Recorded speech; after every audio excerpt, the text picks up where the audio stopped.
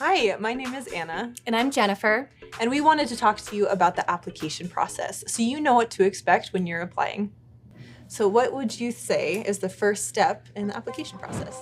The first step is definitely to speak with an advisor. We suggest this because speaking with an advisor will allow the applicant to ask questions, ensure this is a good fit for them for the program as well as with RMU. Yes, and they can also help you with transfer credits and how to request those.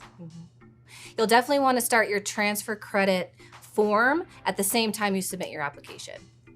A question that we often get asked is, how does someone actually get in contact with an advisor? Yes, there are a few ways you can get in contact with an advisor. If you've requested information, our appointment coordinators usually reach out to you to connect you with an advisor. Or on our website, there's an option to schedule an appointment for a time that works for you and the advisor. You can also call us directly, and if an advisor is available, you can talk then. We definitely suggest making an appointment. We want to respect your time, and we want to make sure that whenever you contact us, we are available to answer any questions you might have about the program. So the next step is to submit an online application through our website. You're going to fill out your personal information first, and then you're going to upload a resume or CV, whatever format you'd like to use is fine. Make sure in your resume or CV that you include your work history, your experience, any sort of community service. Oftentimes the programs don't have an interview process, so this is an opportunity for you to showcase what you have brought to the profession and why you want to continue your education. Yeah, and don't be afraid to make it longer than 2 pages. They'd love to know about you. Yes. So the next part is to upload a current form of ID. That could be your driver's license, passport, those kinds of things. Also, you need to upload a healthcare license. Yeah, so obviously, if you don't have a healthcare license, for example, for our counseling program, you wouldn't have a healthcare license, so you wouldn't need to upload that. However, if you do, if you're an athletic trainer, if you're an occupational therapist, yes, you'll want to go ahead and upload a copy or a picture of that healthcare license in your application. Yes. And then the last thing on the application is a statement of professional goals. This is an essay that's only about 300 to 500 words, so it's not too long. This is going to be what your professional goals are, how this program is going to help you get there, and why you've selected Rocky Mountain University to apply for. So a few tips about the essay that you're going to be writing in your application. Make sure that you pay attention to spelling and grammar. You'll be very surprised how many people don't pay attention to their grammar in this essay, and it can make a really big difference.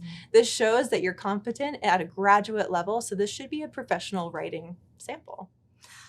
One thing that we've heard that is helpful is if an applicant writes out or types out their essay in a Word document so that it can be spell checked and grammar checked, and then just copy and paste it and put it in the application. 100%. Yeah. Yes. Definitely spend some time on the essay. It's important. One of the last things that you're going to want to do is request letters of recommendation from different references. So depending on the program, you will need to submit a certain amount of letters of recommendation. So for example, our counseling program requires 3 letters of recommendation. Other programs require 2. Some require none, like our DMSC program. So you definitely, this is another reason why you want to chat with an advisor, so you know exactly what you need to ask people for when you're submitting your application. Is there anything that you could suggest? Any tips or tricks about the letters of recommendation? Yes, yeah. So when you're requesting those letters of recommendation, make sure you're requesting them from a supervisor or a professional colleague that's actually seen you in practice so they can speak on your work ethic. Another component of your application that we will need are your official transcripts. We only need the transcripts from the institutions that you have graduated from. The only exception would be transfer credits. If you have taken a few courses postgraduate and you want to see if those courses will transfer in, then obviously we would need those transcripts as well. Yes. And then the final piece of your application is to pay the application fee. If you're applying for a certificate, that's going to be $35, but it's going to be $50 for all other programs. So once your application is submitted, you will receive an email confirming this, and at this point, an admissions coordinator will receive and process your application. Yeah, she'll also give you updates on items that we have already, as well as what we're still missing. For example, if we have received a letter of recommendation, we will let you know who we've received it from, so that you might be able to reach out to your other references and remind them to go ahead and submit their letters of recommendation for you. We will also let you know when we've received your transcripts, either that we've received them all or that we've received one and we're still waiting for the other. Either way, you will know exactly where you stand throughout the application process. Once all of your application components are received, we will compile your application and send it to the program for review. We will also reach out to you and let you know that we have everything we need and that your application has been sent for review as well. Your application will then be reviewed by the admissions selection committee. At this point, some programs require an interview and some do not, as we mentioned. If your program requires an interview, the program coordinator will contact you to schedule an interview with the admissions selection committee. On the day and time of your interview, to start the interview, you need to call the number provided in the confirmation email that was given to you by the program. Once the admissions selection committee makes an admissions decision, the program advisor will give you a call and let you know what that decision is.